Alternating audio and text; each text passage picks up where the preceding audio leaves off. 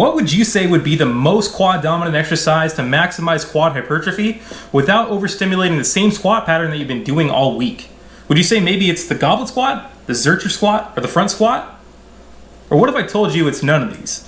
Hey everybody, thank you so much for stopping by, and I'm really excited to bring you today's video, which is going to be building off of yesterday's post of mine where I talk about how to involve a bit more of the quads and the hip musculature in the squat. But today is going to be a little bit more focused on quad development overall. So before I go any further, I want to say thank you really quick to my mentor, Matt Domney, who really helped me wrap my head around some of the concepts in this video, as well as Coach Kasim, who's very clearly influenced a lot of the stuff I'm going to be talking about today. Both of them are excellent follows if you guys are looking for something or people to follow to optimize your training, and I'll go ahead and tag both of them in the comments section so you guys can check them out. Now, I know I just said that the three exercises on here are not the most quad dominant and not the best for quad development, especially if you're trying to stay away from the same squat pattern that you've been hammering a lot over a training cycle. But there are a few things that I just want to make sure are very clear, and one of them, the first one, is that I don't think there are any bad exercises. None of them. I think that there are exercises that are poorly and suboptimally utilized, but that's it. So the second thing that I want to hit home on is that I don't take anything back that I said yesterday.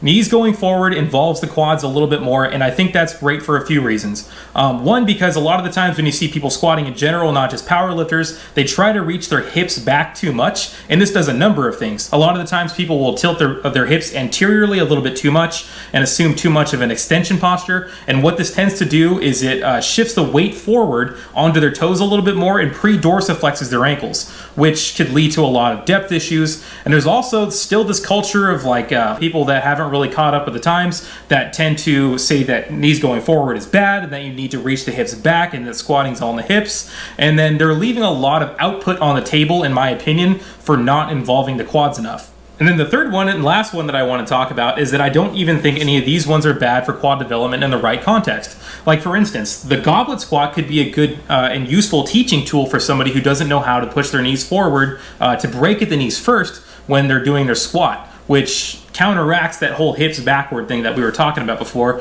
because it does give a bit more feedback when they can kind of feel their knees going forward with the co-contractions going on and all.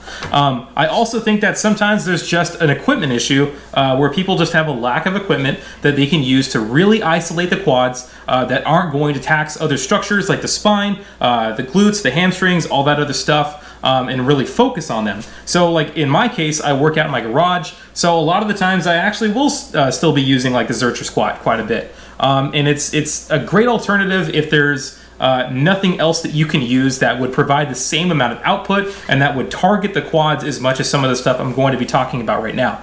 Now, to explain why I don't think any of these three are going to be very quad dominant exercises is that the simple fact that the applied or external load is going to be too close to the pivot point, which is going to be the knees. And if you don't know what I'm talking about, I'm pretty much referring to two parts of a moment arm, which is going to be just like the distance between an applied force, or in this case, a weight, a load in this case, which is a weight, and the applied force, which is going to be your muscles contracting to move that weight.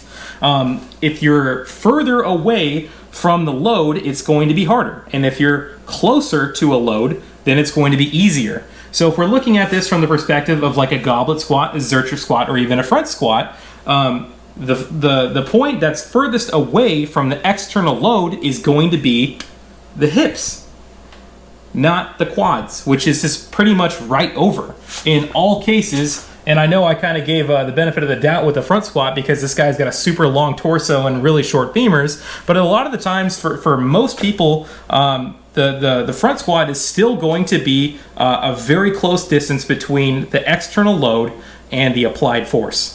And if you're still confused about what I just said right there, think of it this way. If you were to have a dumbbell in your hand as 20 pounds, it would be much easier to hold it if the weight was sitting right on top of your joints close to your body as opposed to holding it with your arm extended.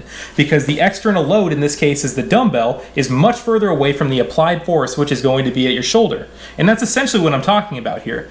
This is not going to be a quad focused moment arm. It's just going to have more knee movement in it because the weight in all three cases acts as a counterbalance. And again, just as a disclaimer, I'm not saying don't squat for your quads.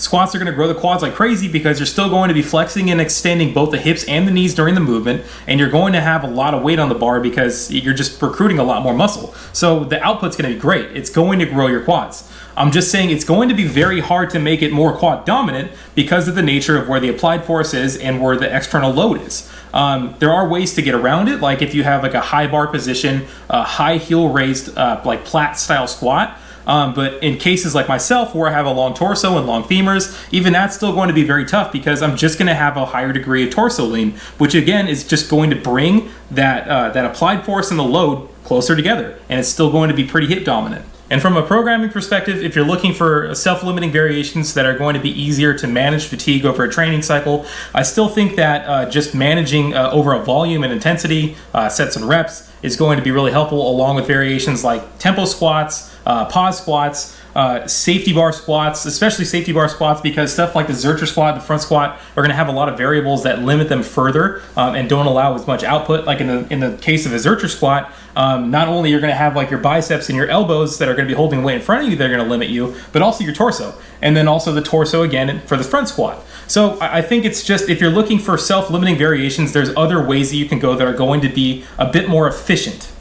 So if we're trying to maximize how much quad stimulus we're giving to ourselves in a training cycle without accruing any unnecessary fatigue, there are a couple ways to achieve this. The first one is by eliminating any unnecessary complexity that we get with something like a barbell squat. The way you can do this is by utilizing a lot of machines that take stress off of structures that would otherwise be stressed during a barbell squat, with the leg press, the hack squat, or something like the seated leg extension.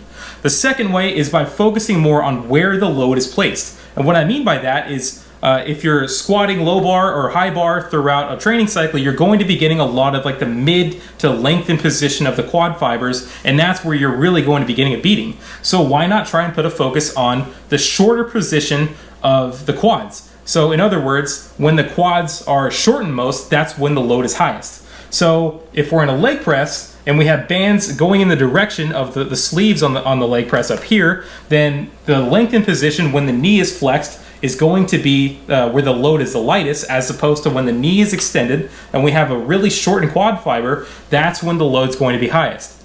Same idea with the hack squat, and also the same idea with the leg extension, except you don't really need to do a whole lot here, because when you're seating, when you're on a seated leg extension and your knee is extended, you're already in the shortened position of the quad, and that's where the load is the highest. Anyways, guys, that's really all I wanted to talk about today. Thank you so much for stopping by and listening through this whole thing. I'll go ahead and actually include a screenshot, or at least tag Chris Beardsley, who is a researcher in the exercise science world, who talks a little bit more about managing where the load is placed. He just made a really great post on Instagram that really explains that eloquently. But if nothing else, if you have any questions, leave them in the description box. Again, please check out Matt Domney, Coach Kassem, and the Compound Performance Mentorship. This is where I learned a lot of these concepts, and I think they're awesome resources. Take care.